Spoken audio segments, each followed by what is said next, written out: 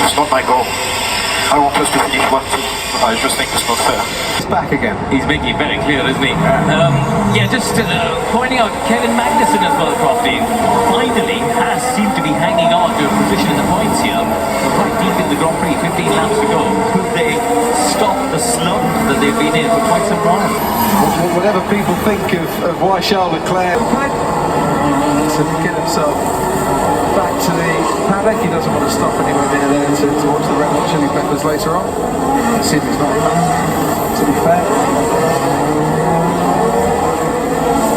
Yeah, Stroll may as well do that because he'll come up to the back of the pack on a fresh set of soft tyres. So this is helping Ferrari, obviously. The more laps they do at a slow pace. Lewis, just let us know if you have the pace to stay with the leaders. Think so. Not sure I have the pace to pass it. Before they get racing again. Yeah, it depends if they have the safety car. Let's worry about that in about 12 laps, 11 laps time. But you're right, you can run time out. Well, Ferrari will want it to time out, I think. It's got to help them, given that they put their tyres on some 8 laps before the Mercedes. And there's the sight from the helicap, looking down on the streets of Singapore. Well, there are a few Ferraris around here, and at the moment it's a Ferrari 1-2. We haven't had a constructor finish 1-2 ever in the history of the Singapore Grand Prix here at Marina Bay, behind the two Ferraris. Falling away and back into the clutches of Verstappen a little bit. And as they go to make that left-hand turn at about 80 miles an hour when they get to turn 7. How close can Hamilton live with Verstappen for the next sequence of corners before the next DRS zone comes his way? It shows you how fast they could go, doesn't it? Yeah. If they had clear air in front of them.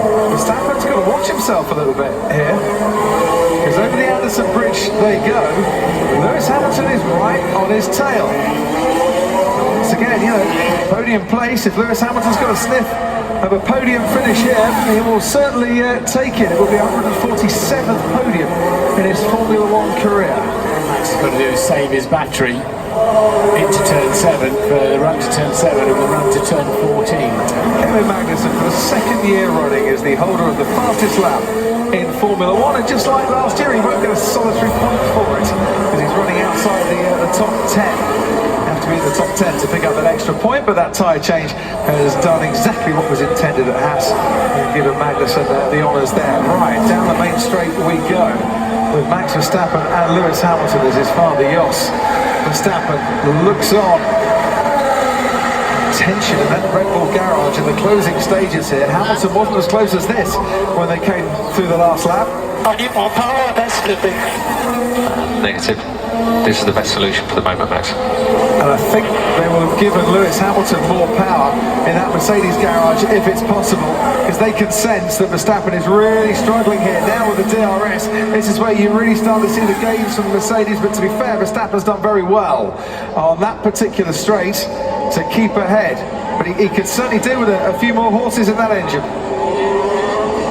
Yeah, Magnussen fastest lap, but runs last, which kind of sums his Grand Prix up in a way, doesn't it?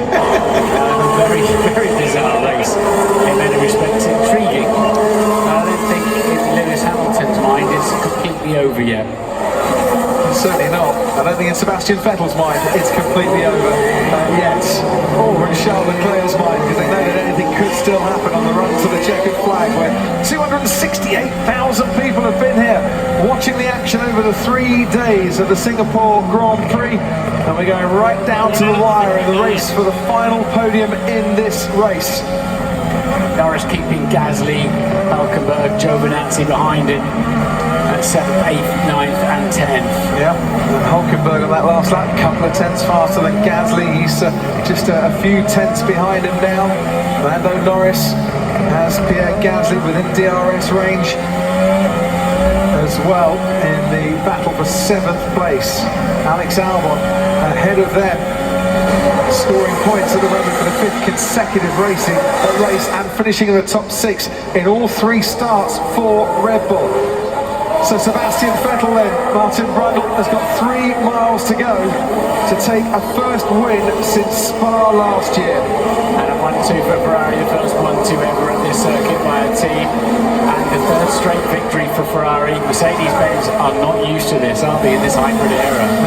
Mercedes-Benz know that Ferrari challenge is coming, and it's coming strong, and it's reached the point now where maybe with the upgrade this weekend, the Ferrari can start to show its potential at more tracks than just the likes of Canada or at Monza or at Spa. There's a great scrap between those two coming between now and the end of the season. So Lewis has got one final chance down at the end of the Esplanade straight, and he's close enough at the moment. Into turn 14, so he's got to get over the bridge. He'll have DRS, and if not, it's over in terms of a podium. Does he think about the championship, or does he think about the podium? Is he close enough under braking to really go for it?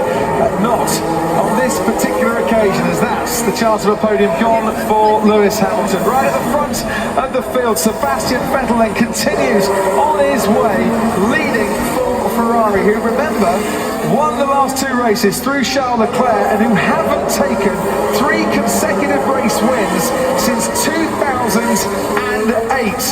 It's been a long time coming for Ferrari.